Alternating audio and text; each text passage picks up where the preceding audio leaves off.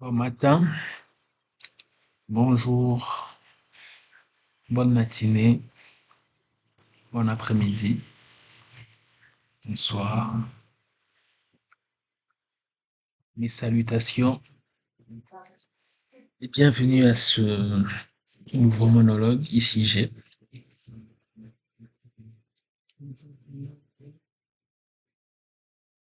une question intéressante qui peut parfois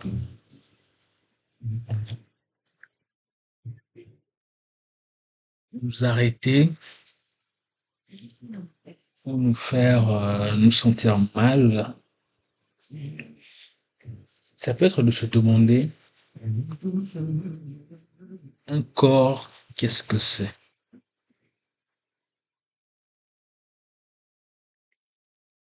Pourquoi il y a le corps? Parce que c'est à la base ce que nous tous, humains ou vivants, avons en commun, avons de manière égale. Et cela, même avec un handicap.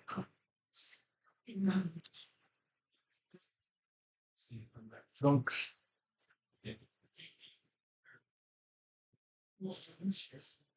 qu'est-ce qu'un corps? Ce qu'il réclame, est-ce qu'on doit lui donner tout ce qu'il désire, lui résister pour une raison ou pour une autre, généralement la morale.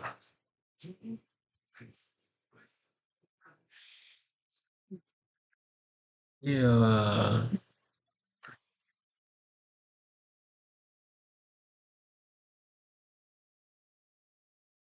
cela est quelque chose d'assez intéressant.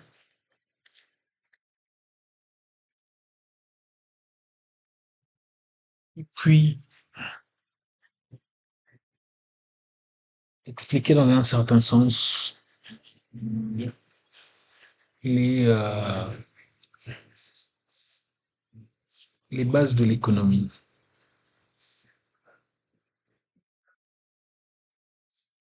Parce que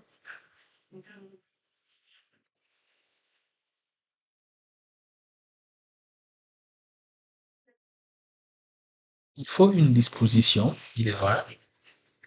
Donc, pour faire une comparaison dès le départ, préambule, il faut une disposition pour s'intéresser qui élève l'esprit, notamment la lecture, voilà, une passion pour la musique. Et pour ce qui est du corps, c'est plutôt quelque chose qui est assez commun.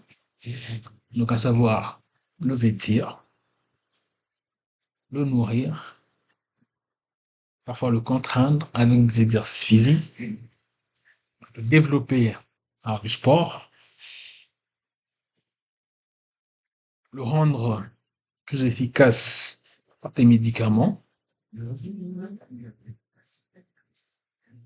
Donc, tout simplement, en fait, de jouer sur sa transformation. Et cela consciemment ou volontairement, mais ça, qui peut être inconscient, en fait, notamment de ce qui peut être capable au niveau de ce qui est ingéré, donc, comme nourriture et comme médicament,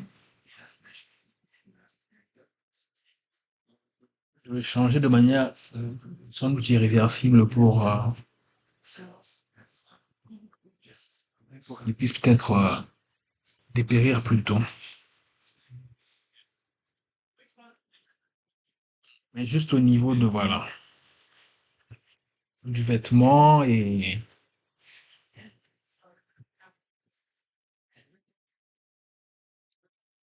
du vêtement. Parce que la nourriture, c'est encore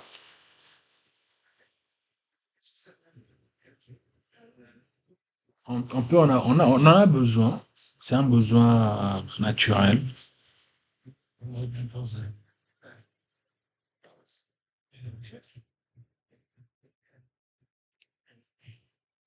Alors que le vêtement,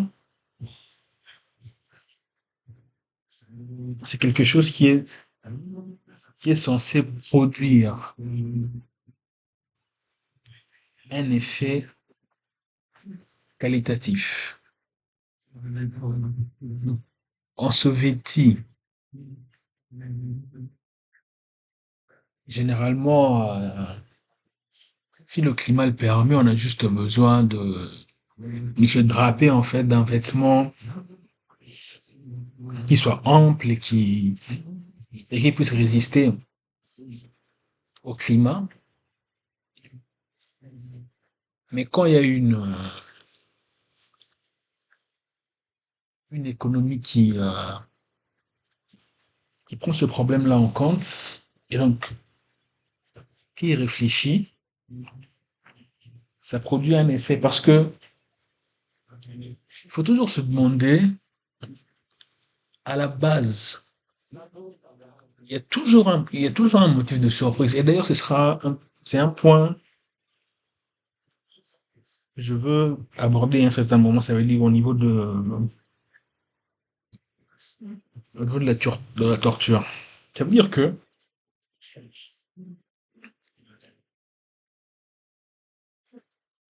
ça veut dire que l'homme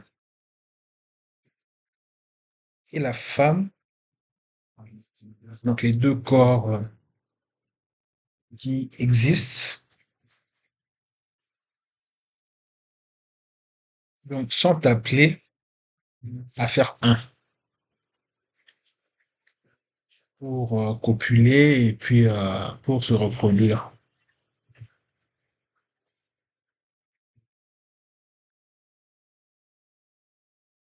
Et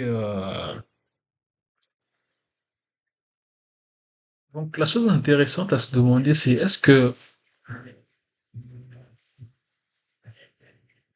il y a besoin, il y a besoin de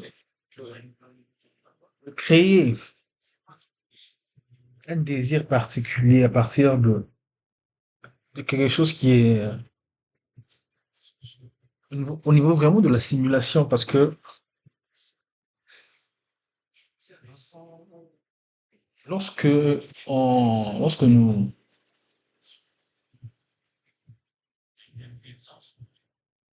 lorsqu'on on voit le corps d'une femme,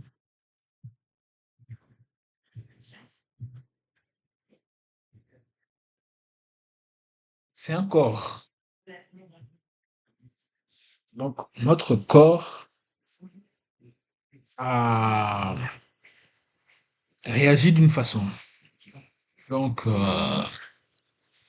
réagit d'une façon pour être prêt à l'acte à l'acte sexuel. Et la même chose se passe pour le corps de la femme. Mais le vêtement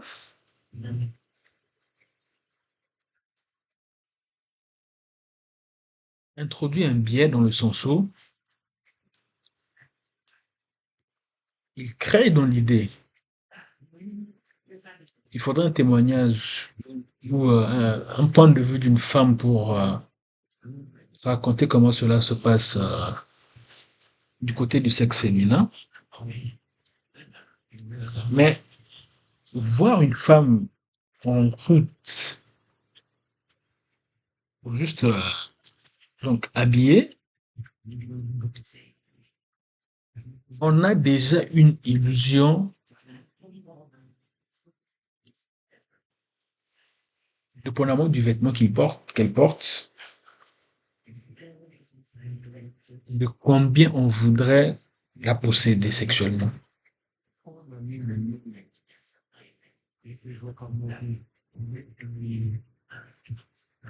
Et cela est très particulier. Donc, donc le corps est, donc cela est intéressant, obéit à ce qu'on appelle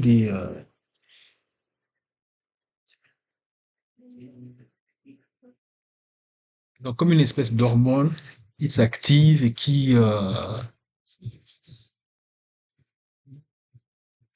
nous fait dire que on désire telle femme ou l'autre nous plaît, alors que vraiment, effectivement, quand on voit le corps nu de cette femme, tout cela disparaît. Parce que, pour la plupart d'entre eux, les corps n'ont rien d'extraordinaire. À part ceux qui ont été remodelés, les corps n'ont rien d'extraordinaire. Donc, le vêtement crée cette espèce de déclencheur de désir artificiel qui nous pousse à vouloir une femme. Et donc, et cela marche aussi pour d'autres choses. Ça veut dire aussi que, donc, le corps, il est tel qu'il est. Et là, c'est vraiment, en fait, c'est, euh, c'est quelque chose qui est assez particulier. Ça veut dire que les organes fonctionnent comme ils ont toujours fonctionné depuis qu'ils se sont développés naturellement, depuis notre conception, en fait. Et, par exemple, pour les myopes, on se rend compte que des myopes, c'est pas des personnes qui ne voient pas bien. Ils voient, mais sauf que tout se passe au niveau du cerveau toujours. Sauf que, et généralement, parfois, des myopes, en fait, développent des capacités pour avoir une grosse mémoire. C'est justement à cause de cela, c'est que les myopes, par contrainte, donc au niveau scolaire, par exemple, ils ont, ils ont besoin que leur cerveau fasse l'effort de retenir les différentes formes au niveau de la calligraphie, au niveau même de l'orthographe des mots, pour faire des syllogismes, en fait, à l'intérieur du cerveau. Ça veut dire que quand il voit un début de mot, il arrive à définir et dire que, OK, ça peut être tel mot, ça peut être tel mot, et ça peut se suivre comme ça peut s'accorder comme ça, et il peut arriver à reconstituer une phrase que, soi-disant, il n'a pas vue. Et pareillement au niveau des silhouettes, donc, un myope peut reconnaître facilement quelqu'un qui est de loin. Parce que quand un myope, pourquoi pas une myope, voit quelqu'un pour la première fois, ce qui l'intéresse, ce n'est pas du tout ce qui est habituel, à savoir la voix, le visage. C'est pas du tout ça qui l'intéresse. C'est que, puisque lorsqu'on rencontre quelqu'un, donc, on doit normalement avoir une probabilité grande à le reconnaître. Et donc, le mieux utilise la silhouette. Et pour le myope, ça doit être très détaillé pour que ça, ça, ça puisse être assez différent d'une autre silhouette qu'il connaîtrait déjà. Donc, Tout part de là. On a donc la réalité, la même réalité, mais on l'interprète pas de la même façon. On aboutit à ça veut dire que j'arrive à lire ce mot, j'arrive à entendre, ou à entendre quelqu'un de loin, ou à voir quelqu'un de loin, mais sauf que moi, mon cerveau est entraîné différemment pour faire cet exercice. Donc, une fois qu'un porte des vers, alors là, l'effort disparaît. Donc, ça veut dire que donc, son cerveau, en fait, ne fait plus cet effort, cet exercice et il, il voit, il recopie, en fait, ce qu'il voit de manière machinale, en fait. Et c'est ça qui se passe avec les autres organes. Ça veut dire que, donc, l'organe, quand il est accroché à quelque chose, donc, on voit, par exemple, par rapport au toucher, quand on touche quelque chose de très chaud, et le cerveau enregistre tout. C'est ça qui est pire. Tout se passe, en fait, dans le cerveau. Il n'y a rien qui puisse se passer sans que ça soit enregistré quelque part dans le cerveau. Donc, quand on touche quelque chose de très chaud, donc, on arrive à la toucher. On touche et ça peut avoir un effet sur la peau, mais on arrive à la supporter. Et c'est toujours ça qui est étrange. C'est qu'on arrive à la supporter. Et d'ailleurs, c'est qui m'emmène aussi à parler de l'entraînement des sportifs, notamment des sportifs de haut niveau. Donc, comment cela se fait que puisse être en mesure de comprendre des gens qui prennent des bains glacés ou dont l'habitude est d'aller au sauna. Il y a tout simplement en fait quelque chose qui se passe dans le cerveau, c'est de dire, il y a d'abord une crainte au début. C'est une crainte qui est légitime. Ça veut dire que quand, en tout cas dans mon souvenir, quand j'ai touché à cette chose de très très chaud, mon cerveau a été, l'a enregistré ça comme quelque chose qui était un gros stress. Et donc du coup, la sensation qui en a, c'est une grande douleur. Et donc, en la sachant par avance, je ne puis refaire la même chose de manière consciente. Je ne peux pas. Et c'est cela, en fait, l'entraînement. Parce que la peau, c'est la même peau. Elle va ressentir la douleur de la même façon. Non, pas de la même façon. L'effet que la, la, la chose qu'on touche, la chose chaude qu'on touche, elle va avoir le même effet sur la peau, mais le sentiment qu'on va avoir, la douleur, vu qu'on la connaît, d'où l'expression l'habitude est une seconde nature. Parce que quand on connaît quelque chose, donc on ne peut pas l'effacer. Donc on sait que ça produit une très grande douleur et on ne souhaite généralement pas revivre cela.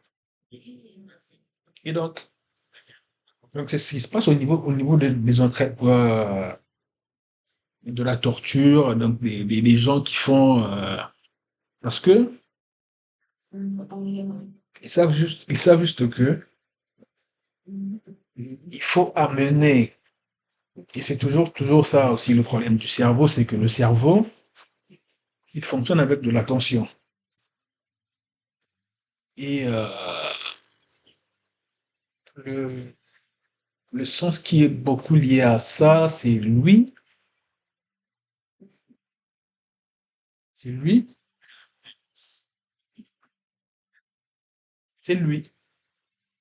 qui est beaucoup lié à l'attention.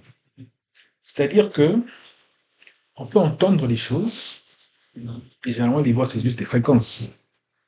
Mais lorsque le cerveau Il faut se concentrer sur une chose. Ce qui se passe, c'est que pour elle, elle est en train de, dans lui, en fait, il y a des filtres qui se passent. Donc, les autres diminuent au niveau. Mais c'est les sons qui sont là, hein. Mais pour l'oreille, pour le cerveau, l'oreille entend pareillement. Quand on ne dort pas et qu'il y a un film qu'on a commencé, le film, l'oreille continue d'entendre. Mais c'est juste que, comme notre cerveau a dit shutdown, en fait, au niveau du cerveau, ce qui se passe, c'est que il n'y a plus rien qui reste en fait dans le cerveau au niveau de l'attention. Et c'est la même chose qui se passe.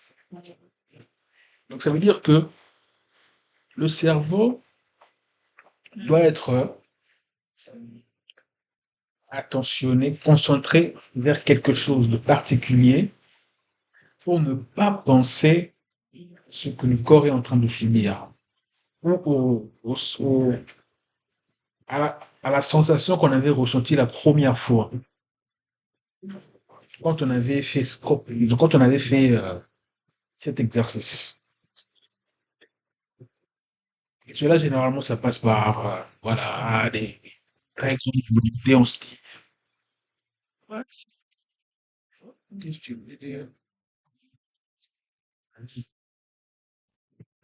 et donc cela est très très intéressant d'observer cela. Donc le corps subira les mêmes effets. Donc un bain glacé n'aura aucun effet si on...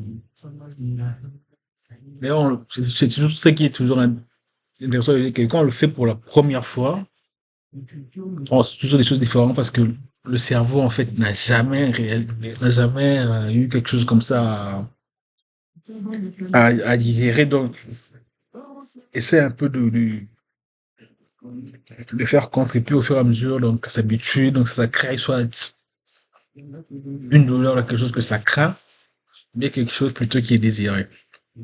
Donc et c'est ça qui est intéressant avec s'appliquer maintenant aux sportifs de haut niveau, ça veut dire que il y a il y a maintenant quelque chose qu'il faut commencer maintenant à entraîner. Parce que c'est ça que s'appelle l'entraînement. Parce que ce qui doit se passer le jour